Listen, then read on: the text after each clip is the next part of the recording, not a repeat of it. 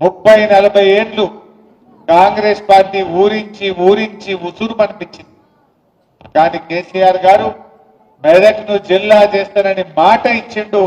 మెదక్ జిల్లా చేసి చూపిండి అలా కేసీఆర్ గారు. ఒక్క జిల్లా ఏంది, అసలు మెదక్ రూపురేఖలు మార్చిందే బీఆర్ఎస్. బీఆర్ఎస్ రాకముందు వారం రోజులకు ఒక్కసారి నల్లా వస్తుండే మెదక్లో మంచినీళ్ళు 5 రోజులకు 6 రోజులకు 7 రోజులకు ఒక్కసారి నల్లా వస్తుండే. కానీ బీఆర్ఎస్ పార్టీ వచ్చినాక ప్రతి ఇంటికి స్వచ్ఛమైన మంజీరా జలాలు అందించింది బీఆర్ఎస్ పార్టీ. కలెక్టరేట్ ఎవరు కట్టింది, జిల్లా ఆఫీస్ ఎవరు కట్టింది, 100 పడకల ఎంసీహెచ్ ఆసుపత్రి ఎవరు తెచ్చింది, మెడికల్ కాలేజీ తెచ్చింది బీఆర్ఎస్ కాదా? పట్టణంలో అద్భుతమైన 4 లైన్ల రహదారులు చేసి డివైడర్లు పెట్టి ఫుట్పాత్లు పెట్టి మెదక్ జిల్లా రూపురేఖలు మార్చింది బీఆర్ఎస్ పార్టీ కాదా? గణపురం కాలువలను ₹1,00,00,000 డబ్బులతో గణపురం కాలువల్ని ఆధునీకరించింది బీఆర్ఎస్ పార్టీ కాదా?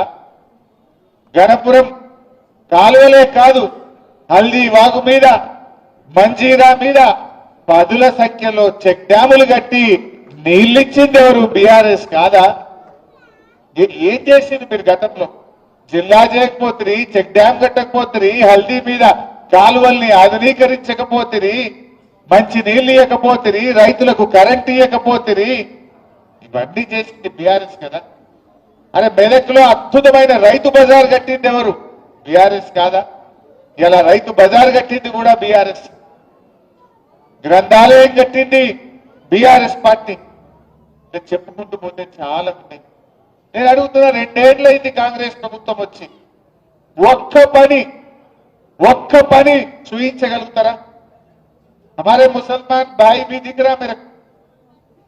शादी खाना कौन बनाए भाई? मेदक में शादी खाना बनाए बीआरएस पार्टी। मेदक में टिमरिस का स्कूल और कॉलेज लाए बीआरएस पार्टी। इमाम मौजूम साहब लोगों को तनख्वाह दिए, उन लोगों को डबल बेडरूम घर दिया बीआरएस पार्टी। क्या नहीं करे बीआरएस? अपना खबरस्तान के लिए 2 करोड़ रुपया देके काम करवाया बीआरएस पार्टी। अपने दरगाह मस्जिदों के लिए पैसे दिया बीआरएस पार्टी। 2 साल में कांग्रेस पार्टी कुछ करा माइनॉरिटीज के लिए? 4000 करोड़ बजट देते बोले, वो भी नहीं दिया। इमाम मौजूम साहब का तनख्वाह बढ़ाते बोले, वो भी नहीं करा। 1 रुपया भी आज तक इमाम मौजूम साहब को नहीं मिला। मुसलमानों को एक छोटा भी काम ये मेदक में 2 साल में नहीं हुआ। मैं पूछना चाहता हूं, मेदक में कुछ कारोबारी हुआ, कुछ काम बना, कुछ कॉलेज ही आया, कुछ गली में रोड बनाया? जो कुछ भी आज है ये बीआरएस ने कर चुका है। మన పార్టీ చేసిందే తప్ప ఏమైనా జరిగిందా? మంచి నీళ్ళు ఇచ్చింది బీఆర్ఎస్, జిల్లా ఇచ్చింది బీఆర్ఎస్, రైలు తెచ్చింది ఎవరు? బీఆర్ఎస్ పార్టీ తెచ్చింది కదా. ఆ రైలుకు భూసేకరణ చేయించింది, ఆ రైలు రావడానికి రాష్ట్ర ప్రభుత్వం వాటా కట్టింది, రైల్వే అధికారులతో మాట్లాడి మెదక్ ప్రజల కళ రైలును నిజం చేసింది బీఆర్ఎస్. అరే 2 మహిళా రెసిడెన్షియల్ డిగ్రీ కాలేజీలు తెచ్చినాం. ఎస్టీ మహిళా రెసిడెన్షియల్ డిగ్రీ కాలేజ్, బీసీ మహిళా రెసిడెన్షియల్ డిగ్రీ కాలేజ్ కూడా మెదక్లో తెచ్చాం. ఏం తేందేముండదు, ఎన్నో అభివృద్ధి కార్యక్రమాలు జరిగినాయి. మరి 2 ఏళ్లలో అసలు జరిగిందేమనుందా? మా కృష్ణారెడ్డి చూస్తుంటే మార్కెట్ కమిటీల గోడౌన్లు కట్టింది, మార్కెట్ కమిటీని ఆధునీకరించింది కూడా ఆయన చైర్మన్ ఉన్నప్పుడే చేసినాం. ఇలా చెప్పుకుంటూ పోతే ఎన్నో పనులు ఉన్నాయి. ఈ 2 ఏళ్లలో ఒక పని ఉన్నదా తప్పి? ఒక్క పని ఇవాళ నాకు గుర్తొస్తుంది, మా మల్లికార్జున్ కనబడుతుంది. 2015లో మల్లికార్జున్ చైర్మన్ ఉన్నప్పుడు 2 స్కాచ్ అవార్డులు ఈ మెదక్కు వచ్చినాయి. బీఆర్ఎస్ మున్సిపల్ చైర్మన్ ఉన్నప్పుడు 2 స్కాచ్ అవార్డులు కూడా మెదక్ మున్సిపాలిటీకి కూడా ఆ రోజుల్లో బీఆర్ఎస్ హయాంలోనే వచ్చినాయి తప్ప ఈ కాంగ్రెస్ చేసిందేం లేదు. కాంగ్రెస్ కాలంలో ఒకటే పేరు మెదక్ మషూర్, గాడిదలకు మషూర్ చేసింది. ఏమన్నా చేసిరా వీళ్ళు? మీ హయాంలో ఏమన్నా మషూర్ అయిందంటే గాడిదలకు మషూర్ చేసింది. కానీ ఇలా బీఆర్ఎస్ వచ్చినాక జిల్లా చేసింది, కలెక్టరేట్ కట్టింది, ఎస్పీ కార్యాలయం కట్టింది, మెడికల్ కాలేజ్ తెచ్చింది, రెసిడెన్షియల్ మహిళా డిగ్రీ కాలేజీలు తెచ్చింది, టిమ్రీ స్కూల్ తెచ్చింది, టిమ్రీస్ కాలేజ్ తెచ్చింది, 4 లైన్ రోడ్లు చేసింది, మంచినీళ్లు తెచ్చింది, రైలు తెచ్చింది, మెడికల్. ఎన్ని చెప్పాలి, ఇట్లా చెప్పాలి. ఇన్ని చేసిన బీఆర్ఎస్ పార్టీ. అదే రామాయణపేట ఆర్టీఓ ఆఫీస్ కావాలని ఎన్నో ఏండ్ల కోరిక. కేసీఆర్ మెదక్కి వచ్చిండు, తెల్లారి వరకు రామాయణపేట ఆర్టీఓ ఆఫీస్ ఇచ్చింది కేసీఆర్ కాదా? అరే ఎన్ని చేసినాం. వీళ్ళు చాలా చెప్పిండ్రు, మరి ఏమన్నా అయిందా? రేవంత్ రెడ్డి మొన్నెన్నో మాట్లాడిండు. మనమట సిగ్నల్ కార్డ్ ఎవరన్నా లైన్ దాటితే నీ బ్యాంకులకి వెళ్ళి డైరెక్ట్ అకౌంట్ లో పైసలు తీసుకుంటారట. సార్ చూసిరా మీరు? నీకు తెలియకుండా నీ పైసలు బ్యాంకుల నుంచి డైరెక్ట్ తీసుకుంటారట. వాళ్ళని ఏమంటారే? ఈ మధ్య కొత్త సైబర్ నేరగాళ్ళు అంటారు. నీ పైసలు నీకు తెలియకుండా నీ బ్యాంకులకి వెళ్ళి అకౌంట్లకి వెళ్ళి తీసుకుంటే వాళ్ళని ఏమంటారు? మరి ముఖ్యమంత్రికి సైబర్ నేరగాళ్ళకి ఏమైనా తేడా ఉన్నదా? ఏమైనా తేడా ఉన్నదా? ఏం చెప్పిండు ఎలక్షన్ల ముంగట? మహాలక్ష్మి 2500 ఇస్తా, మీకు 4000 అవ్వాతాతలకు పింఛన్ ఇస్తా. కేసీఆర్ గారు ఉన్నప్పుడు రైతు బంధు నేరుగా ప్రజల అకౌంట్లలో వేసింది. కేసీఆర్ గారు నేరుగా అవ్వాతాతల పింఛన్ 200 నుంచి 2000 చేసి అకౌంట్లలో వేసింది. కేసీఆర్ ఏమో ప్రభుత్వ ఖజానా నుంచి ప్రజల ఖజానాలోకి, ప్రజల అకౌంట్లలో కేసీఆర్ డబ్బులు వేస్తే రేవంత్ రెడ్డి ఏమంటున్నాడు? ప్రజల అకౌంట్లలోకి వెళ్ళి పైసలు పుచ్చుకుంటాడు. నువ్వు మహిళలకు 2500 అవ్వాతాతలకు 4000 అకౌంట్లో ఏమయ్యా రేవంత్ రెడ్డి అంటే, నేను ఏసుడు కాదు తీసుకుడు తెలుసు నాకు అంటు. ఏసుడు తెలియదు తీసుకుడు తెలుసు అంటుండు. అయినా వేద్దామా? బాగా ఆలోచించండి. మొన్ననే బాకీ కార్డులు వచ్చింది మెదక్లా చూసిన. ఒక్కొక్క అవ్వకు తాతకు 25 నెలలు నిండింది గవర్నమెంట్ వచ్చి. 50,000 బాకీ పడ్డట్టేనా? ఎవడన్నా కాంగ్రెస్ వాడు రేపు అవ్వ దగ్గరకో తాత దగ్గరకో ఓటు అడిగితే ఏం చెప్పాలి? బిడ్డ 50,000 ఇచ్చినాకనే ఓటు అడగాలి కాంగ్రెస్ వాడు అని చెప్పాలి. ఎవరైనా చెల్లె దగ్గరికి పోయి ఓటు అడిగితే 62,500 బాకీ పడ్డావు, ఇచ్చినాకనే ఓటేస్తామని చెప్పాలి. నిన్న ఒక చెల్లె అడిగింది, నేను టీవీలో చూసినా, మీరు చూసిందో లేదో. జోగిపేటలో దామోదర్ రాజనరసింహ గారు చీరలు వస్తుండ్రు, మంత్రి గారు చీర వస్తుంటే నీ చీరతో నా మహాలక్ష్మి పైసలు ఇవ్వన్నారు. ఇంకా 62,500 ఫస్ట్ ఇచ్చినాక మాట్లాడు అని మంత్రి గారికి ముఖం మీదనే చెప్పిందా లేదా? మొన్న ఒక మంత్రి గారు వివేక్ గారు చెన్నూరులో తిరుగుతుంటే ఈ రోడ్ ఎట్లున్నది, బుగ్గలు లేవు, ఏం సంగతి అని ప్రజలు చెన్నూరులో మంత్రి గారి మీద తిరగబడ్డారు. బట్టి విక్రమార్క ఉప ముఖ్యమంత్రి గారి మీద మదిరల మహాలక్ష్మి సంగతి ఏంది చెప్పు అని మదిరలో ప్రజలు ఆయన మీద, ఉప ముఖ్యమంత్రి గారి మీద తిరగబడ్డారు. ఇవాళ పొద్దుగాల ఇంకో మంత్రి పొన్నం ప్రభాకర్ హైదరాబాద్ లో తిరుగుతుంటే జనం పొన్నం ప్రభాకర్ ను నిలదీసినటువంటి పరిస్థితి. కాంగ్రెస్ పరిస్థితి ఏంటి? మంత్రులను, ఉప ముఖ్యమంత్రిని ఎక్కడికక్కడ ప్రజలు నిలదీస్తున్నటువంటి పరిస్థితి ఉంది. ఓపిక పట్టిండ్రు, 1 సాల్ 2 సాల్ 2 ఏళ్ళు ఓపిక పట్టిండ్రు. ఇప్పుడు నిలదీసే పరిస్థితి మనం చూస్తా ఉన్నాం. అంటే ఇక ప్రజలు నిలదీస్తున్నారని డైవర్షన్ టాక్టిక్స్. నిన్న నాకు సిట్ నోటీస్ ఇచ్చిండు, ఇంకా ఇవాళ రేపు కేటీఆర్కి ఇస్తాడు. గంతే కదా నువ్వు ఇచ్చేది, వచ్చిందా? గంతే చేస్తాడు. ఎందుకంటే కేటీఆర్ గారు ఒకవైపు గట్టిగా నిలదీస్తుండు, ఇంకొక వైపు నేను అడుగుతా ఉన్నా, సమాధానాలు లేవు. నీ బొగ్గు కుంభకోణంలో నీ బామ్మర్దికే నువ్వు సాయం చేసినావు, నీ సంగతి ఏంటంటే దాని మీద సమాధానం లేదు. సిట్ నోటీసులు పంపుతుండే ఇక ప్రేమలేఖలు. భయపడతాం అనుకుంటున్నావా? నువ్వు ఎన్ని నోటీసులు ఇచ్చినా బిడ్డ నిన్ను ప్రశ్నిస్తూనే ఉంటాం.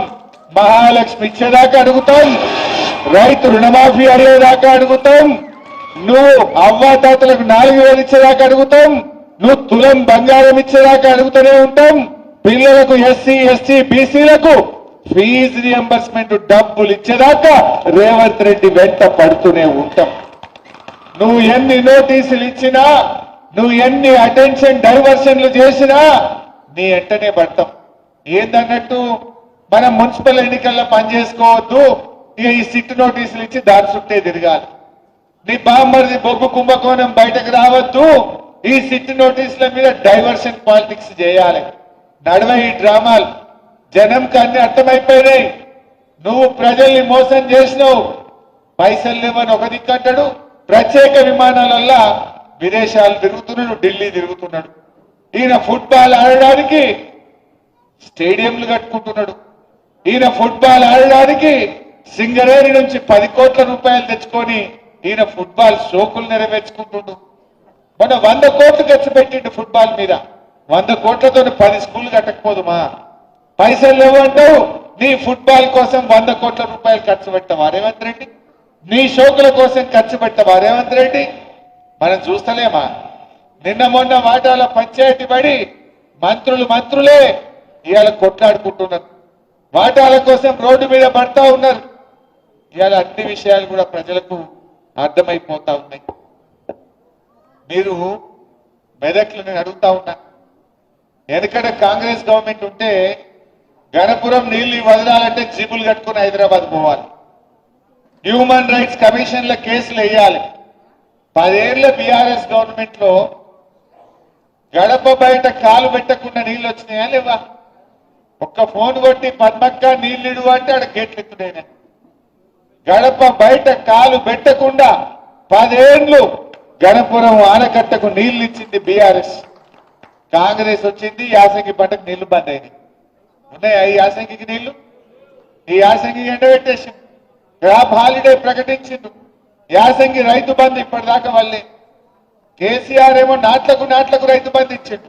రేవంత్ రెడ్డి ఓట్లకు రైతు బంధు ఇస్తుంది. ఇప్పుడు ఎందుకంటే మొన్న సర్పంచ్ ఎన్నికలు ఉన్నాయని ఓట్లకు పైసలు వేసిండు. ఇప్పుడు ఊర్లలో ఓట్లు లేవు కదా, ఊర్లలో బంద్ పెట్టిండి. ఇప్పుడు టౌన్లో సీరియల్ వస్తుండే. ఆయనకే తెలివి ఉందనుకుంటుండు. ప్రజలు నీకంటే తెలివైన వాళ్ళు రేవంత్ రెడ్డి. తెలివి నీకే లేదు, ప్రజలకు నీకంటే తెలివితేటలు ఎక్కువ ఉన్నాయి. ఆ ప్రజలు నీ గుణపాఠం చెప్పడానికి సిద్ధంగా ఉన్నారు అని మనం చేస్తా ఉన్నా. బాగా ఆలోచించండి. ఇలా మెదక్ అభివృద్ధిలో ముందుకు సాగాలంటే మన బీఆర్ఎస్ అభ్యర్థులు గెలవాల్సిన అవసరం ఉంది. కేసీఆర్ గారు ఎంతో ఆలోచించి కొత్త జిల్లాలు ఏర్పాటు చేసింది. ఇలా కాంగ్రెస్ వాళ్ళు జిల్లాలు రద్దు చేస్తారట. మెదక్లో ఎవరైనా కాంగ్రెస్ పార్టీకి ఓటేయడం అంటే మన జిల్లాను మనం వద్దనుకోవడమే. మన జిల్లా రద్దు చేస్తానన్న రేవంత్ రెడ్డికి ఓటేయడం అంటే మన ఏళ్ళతో మన కన్ను పొడుచుకోవడమే. మెదక్ జిల్లా ఉండాలనా పోవాలా? ఉండాలనా పోవాలా? ఉండాలంటే కారు కోటేయాలి, కాంగ్రెస్ చిత్తుగా ఓడగొట్టాలి. అప్పుడు మన జిల్లాల తెరువు రాడు. మన జిల్లా తెరువు రేవంత్ రావద్దంటే, రేవంత్ జ్ఞానోదయం కావాలంటే కాంగ్రెస్ పార్టీని ఓడించాలని చెప్పి నేను మెదక్ ప్రజలందరికీ కూడా ఈ సందర్భంగా పిలుపునిస్తా ఉన్నా. మెదక్ అయినా, నర్సాపూర్ అయినా, రామాయణపేట అయినా, తూప్రాన్ అయినా 4 మున్సిపాలిటీలు గులాబీ జెండా ఎగిరి తీరాలని చెప్పి కూడా నేను ఈ సందర్భంగా పిలుపునిస్తా ఉన్నా. నాకు నమ్మకం ఉంది తప్పకుండా ఈ 4 మున్సిపాలిటీలు కూడా బీఆర్ఎస్ గెలిచి తీరుతుంది. అసలు కాంగ్రెస్ వచ్చినాక మున్సిపాలిటీల్లో బుగ్గలు కూడా, వీధి దీపాలు కూడా వెలుగుతలేవు. చెత్త కూడా సరిగా ఎత్తుతున్న పరిస్థితి లేదు. కొత్తగా రోడ్ వేసిన పరిస్థితి లేదు. మొత్తం పారిశుద్ధ్యం లోపించింది. ప్రజలు డయేరియా, అంటురోగాలు, విష జ్వరాల బారిన పడి ఇలా నానా ఇబ్బందులు పడుతున్నటువంటి పరిస్థితి ఉన్నది. ఇంకా గొప్పతనం ఏంటంటే దీనికి మున్సిపల్ మంత్రి రేవంత్ రెడ్డి. ఆయన శాఖలోనే ఇంత దారుణమైనటువంటి పరిస్థితులు ఇవాళ ఈ రాష్ట్రంలో నెలకొన్నటువంటి పరిస్థితి ఉన్నది. నేను మీ అందరినీ కూడా కోరేది ఒక్కటే, దయచేసి అందరూ కలిసిమెలిసి పనిచేయండి. పార్టీలో కార్యకర్తలు మెరిట్ ప్రకారం మా ఫారూక్ హుస్సేన్ సాబ్ ఆయన పార్టీ మనిషి, ఎవరి ముఖం చూడండి. జో జీతా ఉनको టికెట్ మిల్తా. వేరే వాళ్ళు దయచేసి నేను కోరేది ఒక్కటే, ఎవరైనా రాకపోతే కాపాడుకుంటాం. 2 ఏళ్ల తర్వాత వచ్చేది బీఆర్ఎస్ గవర్నమెంటే. తప్పకుండా మార్కెట్ కమిటీలు ఉంటాయి, ఎన్నో అవకాశాలు ఉంటాయి, గ్రంథాలయ సంస్థ డైరెక్టర్లు ఉంటాయి. ఆ కార్యకర్తలను కూడా కాపాడుకుంటాం. సహకరించండి. మనం జెండా ఎగరేయడం మనకు ముఖ్యం, గులాబీ జెండా ఎగరడం మనకు ముఖ్యం. ఎక్కడనైనా ఏదైనా రాకపోతే కూడా బాధపడద్దు, పార్టీ మిమ్మల్ని కాపాడుకుంటుంది. వాళ్ళు కూర్చున్నారు ఎదుటి వాళ్ళ క్యాండిడేట్లు దొరుకుతలేరు. వాళ్ళకు బీఆర్ఎస్ వాళ్ళు టికెట్లు ఇచ్చినాక మేము ఇస్తామంటున్నట. ఇల్లు ఎవడన్నా రానోడో అలిగినోడో గులిగినోడు ఉంటే ఎత్తుకపోదామని చుట్టూ పోతారా? బీఆర్ఎస్ బిడ్డలు పోరు. బీఆర్ఎస్ బిడ్డలు వస్తే దల్లాటరు, రాకుండా గెలుపు కోసం కృషి చేస్తారు. రాని వాళ్ళను కాపాడుకుంటాం, వచ్చిన వాళ్ళను గౌరవించుకుంటాం. ఎవరు కూడా తొందర పడద్దు దయచేసి. భవిష్యత్తు మనదే. అయిపోయింది అది జారుడు బండ. కాంగ్రెస్ పని జారుడు బండ మీద పడ్డట్టే. మంత్రులే నిలదీస్తుంటే ఎవరు కాడా ఊరు ఏడ పోతాడ మంత్రుల్ని నిలదీస్తుంటే ఉన్నది. మంత్రులు బయటకు వెళ్ళాలంటే పోలీసు వాళ్ళు ముంగడ జీబులు 4 ఎన్కరేజ్ పెట్టుకొని వెళ్తున్నారు. వట్టిగా వచ్చే పరిస్థితి లేదు ఈరోజు. అందువల్ల మనం కలిసిమెలిసి పనిచేద్దాం, మంచిగా పోరాడదాం, అందరం కలిసి మరి మన మెదక్ మీద గులాబీ జెండా ఎగరేసుకుందాం. ముఖ్యంగా సురేందర్ గౌడ్ గారు నాతో ఒక్కటే మాట అన్నాడు, అన్న మెదక్ జిల్లా మెదక్ కిల్లా మీద గులాబీ జెండా ఎగిరేయడం కోసమే నేను బీఆర్ఎస్ లోకి వస్తున్నా. మా జగపతి అన్న, మా మల్లికార్జున్ గౌడ్, కృష్ణారెడ్డి, సురేందర్ గౌడ్, ప్రభురెడ్డి, ఆంజనేయులు, మా సీనియర్ నాయకుడు, వీళ్ళందరూ కలిసి మెదక్ల బయలునాక ఇంకోటి ఎదురుగా మిగులుతాడా? ఇంత మంచి నాయకులు, అనుభవం ఉన్న వాళ్ళు, ఇంత మంచి పేరున్న వాళ్ళు ఒక్క బీఆర్ఎస్ కుందరు తప్ప ఇంకో పార్టీలో ఉన్నారా? మనోళ్ళు చాలా మంచి ధైర్యవంతులు. బాగా చేయండి, మంచిగా ప్రజలకు అందుబాటులో ఉంటూ మన